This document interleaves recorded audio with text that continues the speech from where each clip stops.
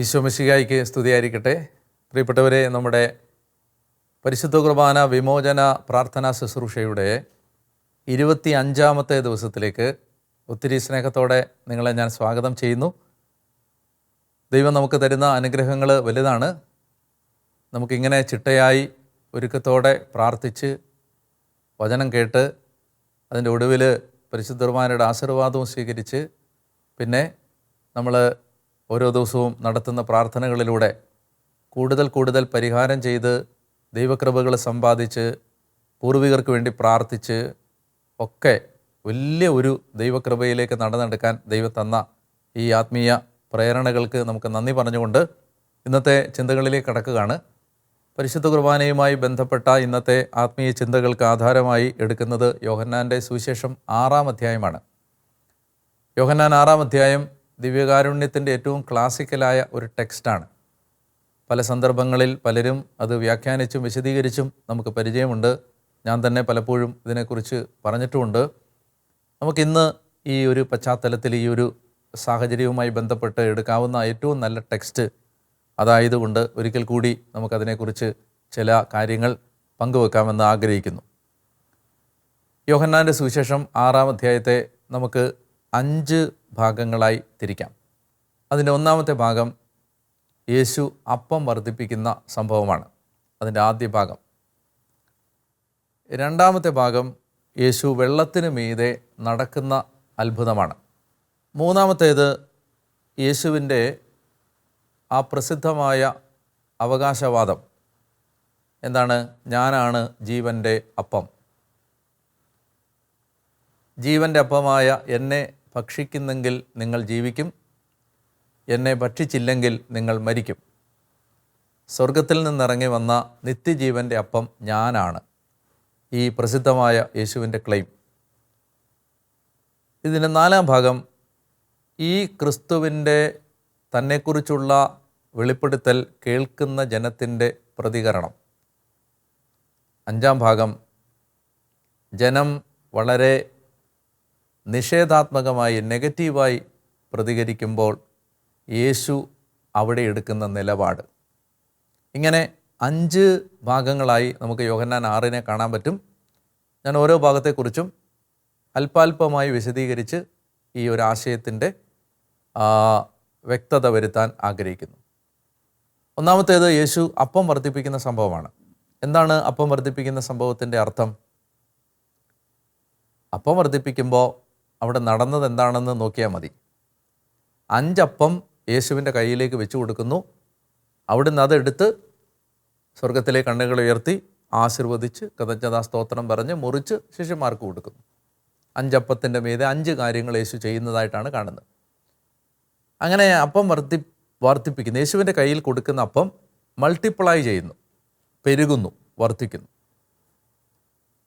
എന്താണ് അതിൽ നിന്ന് നമ്മൾ മനസ്സിലാക്കേണ്ടതെന്ന് ചോദിച്ചാൽ, യേശുവിൻ്റെ കയ്യിലേക്ക് നമ്മളുണ്ടാക്കുന്ന ഒരപ്പം വെച്ചു കൊടുത്താൽ യേശുവിന് ആ അപ്പത്തിൽ മാറ്റം വരുത്താൻ കഴിയും. അതാണ് അപ്പം വർദ്ധിപ്പിക്കുന്ന സംഭവത്തിൻ്റെ പൊരുൾ, അതിൻ്റെ ഉള്ളർത്ഥം. ക്രിസ്തുവിൻ്റെ കരങ്ങളിലേക്ക് അപ്പം എടുത്തു വെച്ച് കൊടുത്താൽ ക്രിസ്തുവിന് അതിൽ അപ്പത്തിൽ മാറ്റം വരുത്താൻ കഴിയും. അതുകൊണ്ടാണ് 5 അപ്പം 5000-ആയി പെരുകിയത്. അപ്പത്തിൽ മാറ്റം വരുത്താൻ കഴിയുന്ന ദൈവപുത്രൻ. ഇതാണ് 1-ാം ഭാഗം. ഞാൻ ഇനി 2-ാം ഭാഗത്തിലേക്ക് പോവുകയാണ്. ഇതിൻ്റെ 2-ാം ഭാഗം യേശു വെള്ളത്തിന് മീതെ നടക്കുന്നതാണ്. യേശു കടലിൻ്റെ മീതെ നടന്ന് ശക്തിയേറിയ കാറ്റടിച്ച് കടൽ ക്ഷോഭിച്ചിരുന്ന ആ സമയത്ത് അവൻ നടന്ന് വള്ളത്തെ സമീപിച്ചു.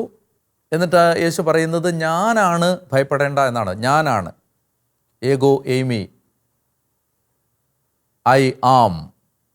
യഹോവ പഴയ നിയമത്തിൽ ദൈവം പറയുന്ന വാക്യമാണത്. ഞാൻ ദൈവമാണെന്നാണ്. അപ്പോൾ വെള്ളത്തിന് മീതെ നടക്കുന്നു. എന്താണ് ആ അത്ഭുതം വഴി നമ്മൾ അറിയണമെന്ന് യേശു ആഗ്രഹിക്കുന്നത്? യേശു നമ്മളോട് പറയുകയാണ്, എനിക്ക് അപ്പത്തിൽ മാത്രമല്ല മാറ്റം വരുത്താൻ കഴിവുള്ളത്, എനിക്കെൻ്റെ ശരീരത്തിലും മാറ്റം വരുത്താൻ കഴിയും. എന്തുകൊണ്ടാണ് അങ്ങനെ പറയുന്നത്? ഒരു മനുഷ്യൻ വെള്ളത്തിൻ്റെ മീതെ നടക്കാൻ ശ്രമിച്ചാൽ പ്രപഞ്ച നിയമം അനുസരിച്ച് ആ മനുഷ്യൻ വെള്ളത്തിൽ താണുപോകും. ഒരു ഇരുമ്പ് വെള്ളത്തിലിട്ടാൽ താണുപോകും. എന്നാൽ ഇരുമ്പ് വെള്ളത്തിൽ താഴുമെങ്കിലും ഇരുമ്പ് കപ്പൽ താഴില്ല. താഴാത്തതിൻ്റെ കാരണം എന്താണ്? വെള്ളത്തിൽ പൊങ്ങിക്കിടക്കാൻ പരുവപ്പെട്ടൊരവസ്ഥയിൽ ആ ഇരുമ്പിൽ രൂപഭേദം വരുത്തിയപ്പോഴാണ് അത് വെള്ളത്തിൽ പൊങ്ങിക്കിടക്കുന്നത്. അപ്പോൾ ഒരു വസ്തു, ഭാരമുള്ളൊരു വസ്തു, വെള്ളത്തിൽ താണുപോകുന്നൊരു വസ്തു താണുപോകാതിരിക്കണമെങ്കിൽ അതിന് ഒരു ശാരീരിക വ്യതിയാനം വെള്ളത്തിൽ പൊങ്ങിക്കിടക്കുന്ന വിധത്തിൽ വരുത്തേണ്ടതുണ്ട്. നമ്മൾ ചോദിക്കുന്ന ചോദ്യം, ഇവിടെ വെള്ളമാണോ മാറിയത്, യേശുവാണോ മാറിയത്? വെള്ളത്തിൻ്റെ സ്വഭാവത്തിൽ മാറ്റം വന്നിട്ടില്ല. കാരണം അതേ വെള്ളത്തിൽ പത്രോസ് മുങ്ങിപ്പോകുന്നത് നമ്മൾ മറ്റ് സുവിശേഷങ്ങളിൽ കാണുന്നുണ്ട്. അപ്പോൾ യഥാർത്ഥത്തിൽ വെള്ളത്തിനല്ല മാറ്റം വന്നത്, യേശുവിനാണ് മാറ്റം വന്നത്. അപ്പോൾ ഈ വെള്ളത്തിന് മീതെ നടക്കുന്ന സംഭവത്തിലൂടെ യേശു പറയാൻ ശ്രമിക്കുന്നത് എന്താണ്? നിങ്ങൾ മനസ്സിലാക്കേണ്ട കാര്യം, എനിക്ക് അപ്പത്തിൽ മാത്രമല്ല മാറ്റം വരുത്താൻ കഴിയുന്നത്, എനിക്ക് എൻ്റെ ശരീരത്തെ മാറ്റാൻ പറ്റും. എൻ്റെ ശരീരത്തിൻ്റെ ഭാരം ഇല്ലാതാക്കാൻ, അങ്ങനെ വെള്ളത്തിന് മീതെ നടക്കുമ്പോൾ വെള്ളത്തിൽ പൊങ്ങിക്കിടക്കുന്ന അവസ്ഥയിൽ നടക്കാൻ എനിക്ക് എൻ്റെ ശരീരത്തിൽ മാറ്റം വരുത്താൻ പറ്റും. അതാണ് രണ്ടാമത്തെ ഭാഗം. തനിക്ക് അപ്പത്തിലും തൻ്റെ ശരീരത്തിലും മാറ്റം വരുത്താൻ കഴിയുമെന്ന് പറയുകയല്ല, തെളിയിച്ച് കാണിച്ചിട്ടാണ് യേശു തുടർന്ന് പറയുന്നത്, എൻ്റെ ശരീരം യഥാർത്ഥ ഭക്ഷണമാണ്, എൻ്റെ രക്തം യഥാർത്ഥ പാനീയമാണ്. നിങ്ങൾ എന്നെ ഭക്ഷിക്കുകയും എന്നെ പാനം ചെയ്യുകയും ചെയ്യുന്നില്ലെങ്കിൽ നിങ്ങൾക്ക് നിത്യജീവൻ ഉണ്ടായിരിക്കുകയില്ല. ഞാനാണ് സ്വർഗത്തിൽ നിന്നിറങ്ങിയ ജീവനുള്ള അപ്പം. അപ്പസ്തോലന്മാരാരും തന്നെ ഇത് സംശയിക്കുന്നില്ല. കാരണം എന്താണ്? അവരുടെ മുമ്പിൽ യേശു തെളിയിച്ചു കഴിഞ്ഞു. എന്ത്? തനിക്ക് അപ്പത്തിലും ശരീരത്തിലും മാറ്റം വരുത്താൻ കഴിയും എന്ന്. ഈ യേശുവിൻ്റെ പ്രഖ്യാപനം കേൾക്കുമ്പോൾ, നാലാം ഭാഗം, കേൾവിക്കാർ എങ്ങനെയാണ് പ്രതികരിച്ചത്? വാക്യം 60, ഇത് കേട്ട് അവൻ്റെ ശിഷ്യന്മാരിൽ പലരും പറഞ്ഞു. അവനെ കേൾക്കാൻ കൂടിയ, അവനെ അനുഗമിച്ചിരുന്ന, അവനോട് ഇഷ്ടമുണ്ടായിരുന്ന ആളുകളാണ് ഈ ശിഷ്യന്മാരെന്ന് പറയുന്നത്. അപ്പസ്തോലന്മാരല്ല, ബാക്കിയുള്ള ശിഷ്യന്മാർ പറഞ്ഞു, ഈ വചനം കഠിനമാണ്, ഇത് ശ്രവിക്കാൻ ആർക്ക് കഴിയും? തൻ്റെ ശിഷ്യന്മാർ പിറുപിറുക്കുന്നു. അപ്പോൾ ആദ്യത്തെ പ്രതികരണം അതാണ്, അവരാദ്യം പിറുപിറുത്തു, ഇത് കഠിനമാണ്. ഇനി അത് കഴിഞ്ഞിട്ട് വാക്യം 66 പറയുകയാണ്, ഈശോ അത് വിശദീകരിച്ച് കഴിയുമ്പോൾ 66-ാമത്തെ വാക്യം എത്തുമ്പോൾ, അവരിൽ വളരെ പേർ അവനെ വിട്ടുപോയി, അവർ പിന്നീട് ഒരിക്കലും അവൻ്റെ കൂടെ നടന്നില്ല. അപ്പോൾ എന്താണ് കേൾവിക്കാരുടെ പ്രതികരണം? ഒന്ന്, അവർ ആദ്യം ഇരുന്ന് പിറുപിറുത്തു, ഇത് മനസ്സിലാക്കാൻ പറ്റുന്നില്ല എന്ന് പറഞ്ഞു. രണ്ടാമതായിട്ട് അവരിറങ്ങിപ്പോയി, യേശുവിൻ്റെ കൂടെ പിന്നെ ഒരിക്കലും എന്ന് പറഞ്ഞാൽ എന്നേക്കുമായി ഗുഡ് ബൈ പറഞ്ഞു പോയി. ഇനി ഒരിക്കലും യേശുവിൻ്റെ കൂടെ നടക്കില്ല എന്നവർ തീരുമാനിച്ചു. എന്നേക്കുമായിട്ട് യേശുവിനെ അവർ വിട്ടു, യാത്ര പറഞ്ഞു പോയി. നിങ്ങൾ നോക്ക്, എത്ര ഗൗരവതരമായ ഒരു കാര്യമാണ് യേശുവിന് ഈ ഒരു കാര്യം പറഞ്ഞു കഴിഞ്ഞപ്പോൾ ഉണ്ടായ പ്രതികരണം. ഇത്രയും നാൾ കൂടെ ഉണ്ടായിരുന്നവർ പെട്ടെന്ന് യേശുവിൻ്റെ കൂടെ നിന്ന് വിട്ടുപോവുകയാണ്. സഭയുടെ ചരിത്രം പരിശോധിച്ചാൽ നമുക്ക് കാണാൻ പറ്റും, കാലാകാലങ്ങളിൽ അനേകം പേര് തിരുസഭാ ശരീരത്തിൽ നിന്ന് വിട്ടുപോയിട്ടുണ്ട്. അനേകം ആളുകൾ. അതിലനേകം പേര് വിട്ടുപോയത് യേശുവിൻ്റെ ശരീരം ഭക്ഷിക്കണം, രക്തം പാനം ചെയ്യണം, പരിശുദ്ധ കുർബാനയിൽ പങ്കെടുക്കണം, കുർബാന യേശുവിൻ്റെ ശരീരരക്തങ്ങളാണ്. ഈ പ്രബോധനം മനസ്സിലാകാത്തതിൻ്റെ പേരിൽ സഭ വിട്ടുപോയ കോടിക്കണക്കിന് ആളുകളുണ്ട്. സഭയിലെ ആദ്യത്തെ വിഭജനം തുടങ്ങുന്നത് സത്യത്തിൽ യോഹന്നാൻ 6:66 6:66. നിങ്ങൾ ശ്രദ്ധിച്ചോ? 666 എതിർ ക്രിസ്തുവാണ്. അതായത് ക്രിസ്തുവിനെതിരാവുകയാണ്. എന്തിൻ്റെ പേരിൽ? കുർബാന ഭക്ഷിക്കണം എന്ന് പറഞ്ഞതിൻ്റെ പേരിൽ. അപ്പോൾ ഇത് വളരെ ഷോക്കിംഗ് ആയ ഒരു മൊമെൻ്റാണ്. അങ്ങനെ അനേകം പേര് അവനെ വിട്ടുപോയി യേശുവിൻ്റെ മുമ്പിൽ നിന്ന്. അതാണ് ഇതിൻ്റെ 4-ാം ഭാഗം. ഇനി ഇതിൻ്റെ അവസാന ഭാഗം, ഒത്തിരി മനുഷ്യർ യേശുവിൻ്റെ അടുത്ത് നിന്ന് പോകുമ്പോൾ എന്താണ് യേശുവിൻ്റെ പ്രതികരണം? നമുക്ക് ക്രിസ്തുവിൻ്റെ സ്വഭാവം പരിചയമുണ്ട്. നമുക്ക് യേശുവിനെ പരിചയമുള്ളത് എങ്ങനെയാണ്? യേശു ഭയങ്കര സോഫ്റ്റ് ഹാർട്ടഡായ ഒരാളാണ്.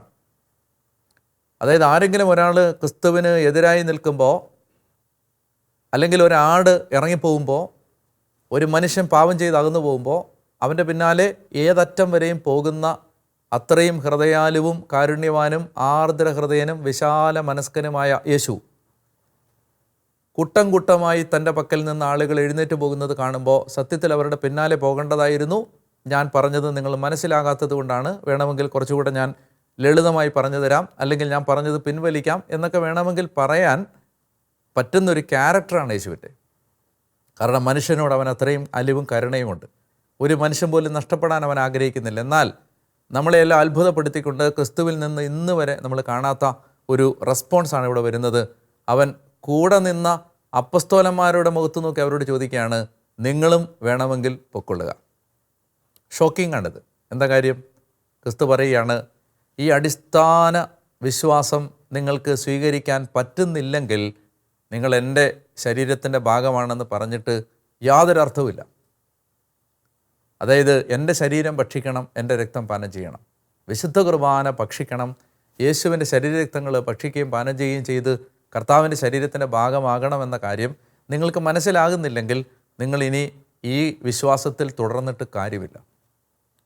അത്രയും സ്ട്രോങ്ങും ബോൾഡുമായി യേശു പ്രതികരിക്കുകയാണ്. പ്രിയപ്പെട്ടവരെ, ഇന്ന് നിങ്ങൾ ഈ വചനം കേൾക്കുമ്പോൾ എനിക്ക് പറയാനുള്ളത്, ഞാനോ നിങ്ങളോ കർത്താവിൻ്റെ കൂടാരത്തിൽ നിന്ന് ഗുഡ് ബൈ പറഞ്ഞിറങ്ങിപ്പോയാലും ക്രിസ്തു ഈ പ്രബോധനത്തിൽ മാറ്റം വരുത്തില്ല എന്നാണ് ബൈബിൾ ശ്രദ്ധിച്ച് വായിക്കുമ്പോൾ നമുക്ക് മനസ്സിലാവുന്നത്. അതുകൊണ്ട് ദിവ്യകാരുണ്യം എനിക്കോ നിങ്ങൾക്കോ മനസ്സിലായില്ലെങ്കിൽ നമ്മൾ സഭ വിട്ടു പോകുന്നത് കർത്താവ് ഒരിക്കലും അതിനെക്കുറിച്ച് ആകുലപ്പെടില്ല എന്നാണ് എൻ്റെ അഭിപ്രായം. കാരണം ഇത് അടിസ്ഥാനമാണ്. ഇതത്രയും ഫണ്ടമെൻ്റൽ ടീച്ചിങ് ആണ്. ക്രിസ്തുവിൻ്റെ ശരീരവും രക്തവും സ്വീകരിക്കാത്ത നമുക്ക് ക്രിസ്തുവായിട്ട് മാറാൻ പറ്റില്ല. അത് ഞാനതിനെക്കുറിച്ച് പിന്നീട് മറ്റൊരു എപ്പിസോഡിൽ പറയുന്നുണ്ട്, കർത്താവ് ഇത്രയും നിർബന്ധം പിടിക്കുന്നത് എന്തുകൊണ്ടാണ് എന്ന്. പ്രിയപ്പെട്ടവരെ, വിശുദ്ധ കുർബാന ക്രിസ്തു അത്രയും വില കൊടുത്ത് ഗൗരവമായി കണ്ട ഒരു കാര്യമാണ്.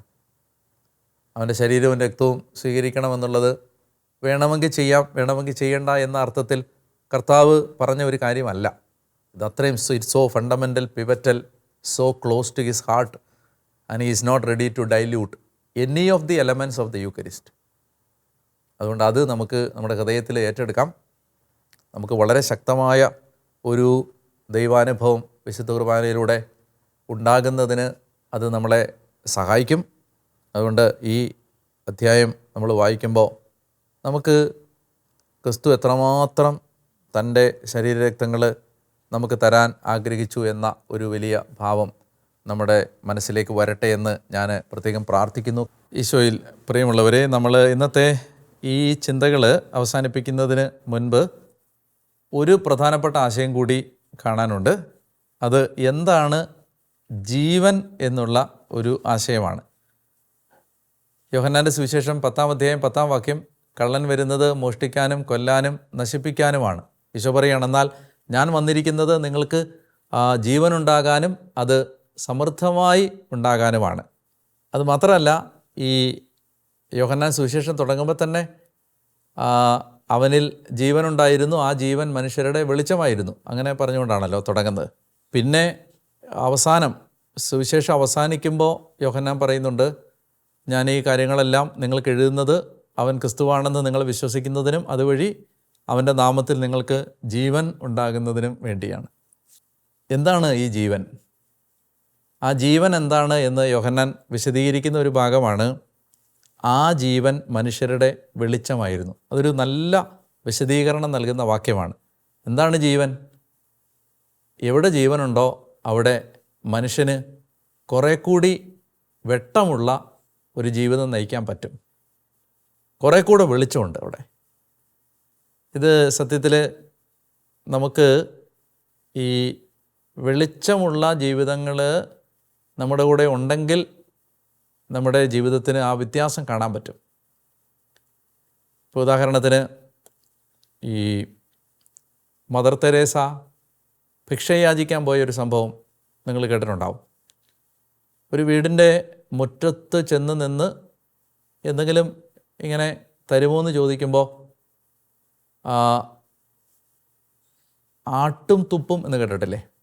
നന്നായിട്ടൊന്ന് ആട്ടി പിന്നെ മുഖത്ത് തന്നെ തുപ്പി. അപ്പോൾ അങ്ങനെ തുപ്പിയപ്പോൾ നിങ്ങളൊന്ന് ആലോചിച്ച് നോക്ക്, ഏത് മനുഷ്യനും സത്യത്തിൽ ഒന്നുമില്ല, വഴി കിടക്കുന്നവനും ഒന്നുമില്ലാത്തവനും ആകെ ഉള്ളത് അവൻ്റെ ആത്മാഭിമാനമാണ്. ആ കാര്യത്തിൽ എല്ലാവർക്കും ഈഗോ ഉണ്ട്. അപ്പോൾ അതിന് ആ ആത്മാഭിമാനത്തിൻ്റെ മുഖത്താണ് ആ തുപ്പൽ വന്ന് വീഴുന്നത്. അതിങ്ങനെ ഒരു തുണിയെടുത്ത് പതുക്കെ തുടച്ചിട്ട് അമ്മ പറഞ്ഞൊരു വാചകമുണ്ട്, എനിക്കുള്ളത് തന്നല്ലോ, ഇനി എൻ്റെ മക്കൾക്ക് എന്തെങ്കിലും തന്നോളൂ എന്ന് പറഞ്ഞു. അത് ഈ വെളിച്ചമുള്ള ഒരാളാണ്. വല്ലാതെ ക്ഷോഭിക്കുകയും കരയുകയും വിഷമിക്കുകയും തകരുകയും ഒക്കെ ചെയ്യും സാധാരണ മനുഷ്യർ. പക്ഷേ ഈ ജീവൻ ഉണ്ട്, അതിൽ ഈശോയുടെ ജീവനുണ്ടെന്ന് പറയുന്ന ആളുകൾ കുറേ കൂടി വ്യത്യാസപ്പെട്ട രീതിയിൽ പ്രതികരിക്കാൻ അറിയാവുന്ന ആളുകളാണ്. അതാണ് ജീവൻ. ജീവൻ എന്ന് പറഞ്ഞാൽ കുറച്ചുകൂടി വെളിച്ചത്തോടെ ജീവിതത്തെ കാണാൻ പറ്റുന്ന ആ ജീവൻ, അത് തരാനാണ് ഈശോ വന്നതെന്നാണ് പറയുന്നത്. അതാ ഈശോ പറഞ്ഞത്, നിങ്ങൾക്ക് എൻ്റെ ശരീരം ഭക്ഷിക്കുകയും എൻ്റെ രക്തം പാനം ചെയ്യുകയും ചെയ്യുന്നില്ലെങ്കിൽ ജീവൻ. അപ്പോൾ എന്ത് ജീവനാണെന്ന് മനസ്സിലായല്ലോ. സാധാരണ മറ്റുള്ള മനുഷ്യർ ജീവിക്കുന്നത് പോലെ ജീവിക്കാനാണെങ്കിൽ നിങ്ങൾക്ക് കുർബാനയുടെ ആവശ്യമില്ല. പക്ഷേ കുറച്ചുകൂടി ഒരു ഭേദപ്പെട്ട ജീവിതം നയിക്കാൻ പറ്റണമെങ്കിൽ, കുറച്ചുകൂടെ ഒരു ഉയർന്ന നിലവാരത്തിൽ പ്രതികരിക്കാൻ പറ്റണമെങ്കിൽ, കുറച്ചുകൂടെ ക്വാളിറ്റേറ്റീവായിട്ട് മനുഷ്യരെയും ലോകത്തെയൊക്കെ കാണാൻ പറ്റണമെങ്കിൽ നമുക്ക് ഈ ജീവൻ, അപ്പോൾ ഈശോ പറയുകയാണ്, അത് എൻ്റെ ശരീരം ഭക്ഷിച്ചാൽ, എൻ്റെ രക്തം പാനം ചെയ്താൽ, എന്നെ ഭക്ഷിച്ചാൽ, എന്നെക്കുറിച്ച് ധ്യാനിച്ചാൽ നിങ്ങൾക്കത് കിട്ടും എന്നാണ് ഇവിടെ പറയുന്ന ആ വാക്യത്തിൻ്റെ അർത്ഥം. ആ ജീവൻ നമുക്ക് തരുന്ന കൂദാശയാണ് പരിശുദ്ധ കുർബാന. അതുകൊണ്ട് അത് നമ്മുടെ ഹൃദയത്തിൽ ഒരു ബോധ്യമായിട്ട് നിറയട്ടെ എന്ന് പ്രാർത്ഥിക്കുന്നു. കർത്താവ് നിങ്ങളെല്ലാവരെയും അനുഗ്രഹിക്കട്ടെ. നമുക്കൊരു ആഴമായ അനുതാപം ഉണ്ടാവാൻ ദൈവം സഹായിച്ചിട്ടുണ്ട്. ഞാൻ മുമ്പ് സൂചിപ്പിച്ചിരുന്നു, നമ്മൾ നല്ലൊരു കുമ്പസാരത്തിന് വേണ്ടി ഒരുങ്ങണം. നമുക്കിനി ഏകദേശം ഒരു 15 ദിവസമാണ് നമ്മുടെ മുമ്പിൽ ഉള്ളത്. അപ്പോൾ അതുകൊണ്ട് അതിന് മുമ്പ് ഇനിയൊരു 5 ദിവസങ്ങൾക്ക് ഉള്ളിൽ അവസാനത്തെ 10 ദിവസത്തിന് മുമ്പ് നല്ല ഒരു കുമ്പസാരം നടത്തി ആ ലാസ്റ്റ് 10 days വലിയൊരു കൃപയിലും വിശുദ്ധിയിലും പ്രാർത്ഥന പൂർത്തിയാക്കാൻ ഉള്ള ഒരുക്കങ്ങൾ നടത്തണം. ഇനി ഒരു 5 ദിവസങ്ങൾക്കുള്ളിൽ ഒരു പൂർണ്ണ കുമ്പസാരം നടത്താൻ ശ്രദ്ധിക്കണമെന്ന് ഞാൻ ഓർമ്മിപ്പിക്കുന്നു. ഇന്ന് നമുക്ക് ആ വിശുദ്ധ കുർബാനയുടെ വില മനസ്സിലാക്കാൻ ഉള്ള ഒരു കൃപ കിട്ടുന്നതിനാണ് പ്രാർത്ഥിക്കേണ്ടത്. ഞാൻ ഇന്നത്തെ ഒരു ടാസ്ക്കായിട്ട് നിർദ്ദേശിക്കുന്നത്, ഒരു കുരിശിൻ്റെ വഴി ചൊല്ലാൻ നിങ്ങൾക്ക് സാധിക്കുമെങ്കിൽ ഒന്ന് ചൊല്ലുന്നത് നല്ലതാണ്. ഒരു കുരിശിൻ്റെ വഴി പ്രാർത്ഥന ചൊല്ലി നമുക്കൊന്ന് പ്രാർത്ഥിച്ച് അല്പസമയം നമുക്കൊന്ന് ആ ദിവ്യകാരുണ്യത്തിൻ്റെ വില ധ്യാനിക്കാൻ, ഈശോയുടെ സഹനങ്ങളെ ഒന്ന് ധ്യാനിക്കുന്നത് നല്ലതാണ്. ആ ലാഘവ ബുദ്ധി നമുക്കുണ്ടാവാതിരിക്കാൻ, ആ പാപം നമ്മളിന്ന് മാറാൻ അത് സഹായിക്കുകയും ചെയ്യും. പ്രാർത്ഥിക്കേണ്ട പ്രാർത്ഥന, ഞാനൊരു പ്രാർത്ഥന പറഞ്ഞു തരാം. ഇങ്ങനെ പ്രാർത്ഥിക്കണം: ഈശോയെ, നീ കാണുന്നത് പോലെ നിൻ്റെ ശരീരത്തെ കാണാൻ എൻ്റെ ആന്തരിക കണ്ണുകൾ തുറന്നു തരണമേ. യേശുവേ, നീ കാണുന്നത് പോലെ എൻ്റെ ശരീരത്തെ കാണാൻ എൻ്റെ ആന്തരിക കണ്ണുകൾ തുറന്നു തരണമേ എന്ന് നമുക്ക് പ്രാർത്ഥിക്കുകയും ചെയ്യാം. നമുക്ക് ദിവ്യകാരുണ്യ ആശീർവാദം സ്വീകരിക്കാം.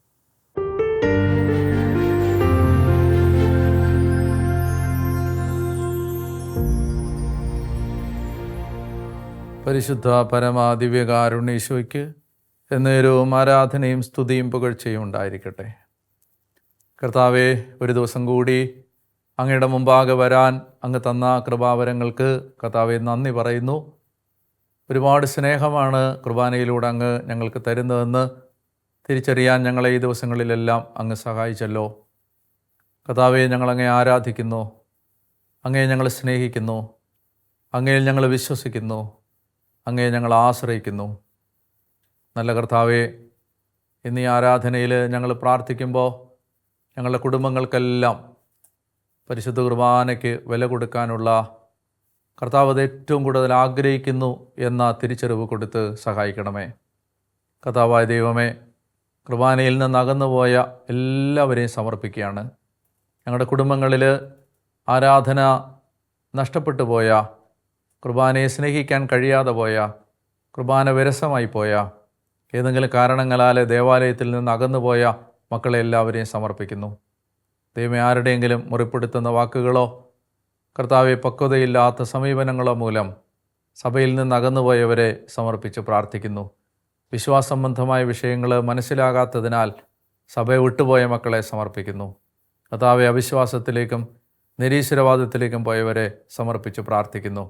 മാനസാന്തരം ആവശ്യമുള്ള ഞങ്ങളുടെ കുടുംബാംഗങ്ങൾക്ക് വേണ്ടി കർത്താവെ ഇന്ന് അങ്ങയുടെ ആശീർവാദം ഞങ്ങൾ യാചിക്കുന്നു. നമുക്ക് ദിവ്യകാരുണ്യ ആശീർവാദം സ്വീകരിക്കുമ്പോൾ കർത്താവിൻ്റെ കൃപ ഒഴുകി ഇറങ്ങാൻ നമ്മുടെ കുടുംബങ്ങളിൽ ആർക്കെല്ലാം അത് ആവശ്യമുണ്ടെന്ന് തോന്നുന്നോ അവരെല്ലാം കർത്താവിന് സമർപ്പിച്ച് നമുക്ക് ആശീർവാദം പ്രാർത്ഥിക്കാം.